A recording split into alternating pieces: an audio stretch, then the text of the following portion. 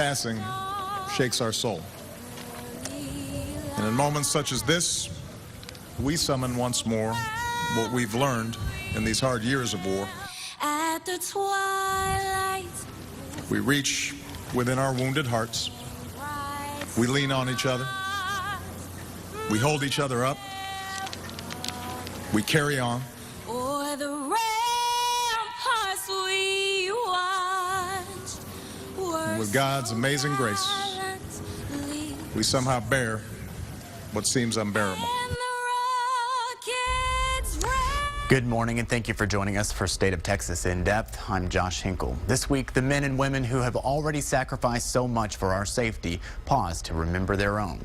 President Obama joined the mourning soldiers after a gunman opened fire at Fort Hood, killing 3 other soldiers before taking his own life. More than 2,000 people attended the memorial. The president gave a 12-minute speech, not only honoring the soldiers, but also vowing to do more to secure the country's military facilities.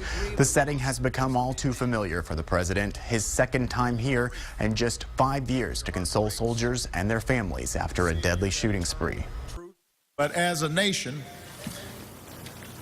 we can do more to help counsel those with mental health issues,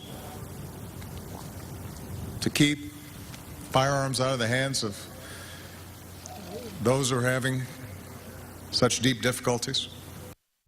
Investigators are still trying to understand why Specialist Ivan Lopez opened fire on April 2nd. They say he was involved in a heated argument before the shooting. In addition to wounding 16, Lopez killed 3 other soldiers that day.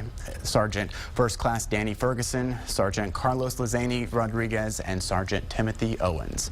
The tragedy unfortunately feels all too similar to the shooting on Post in 2009. KXAN's David Scott reports President Obama's visit, like last time, showed a more difficult aspect of his job.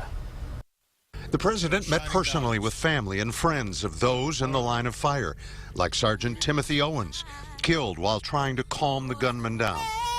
2 of Owens' friends remember a very brave man. He's a hero, and he did it for a reason so we could all stand here. Every one of them, all 3 of them. The wife of another soldier says everyone was touched by the president's remarks. He made himself seem like he was in that mix, and just the sensitivity that he gave, it really touched my heart.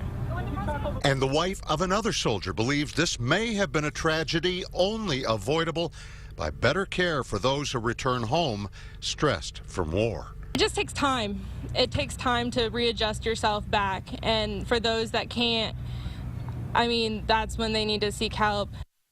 That was David Scott reporting. You can follow our complete coverage in depth online at KXAN.com. Coming up later on State of Texas In Depth, the president continues his tour through the state, rounding out his time in Austin for the LBJ Civil Rights Summit. But first, we've gone one-on-one with her opponent in next month's Democratic runoff for U.S. Senate. Now, Keisha Rogers joins us and explains why she's calling for the impeachment of President Obama and how fellow Democrats are reacting when State of Texas In Depth returns.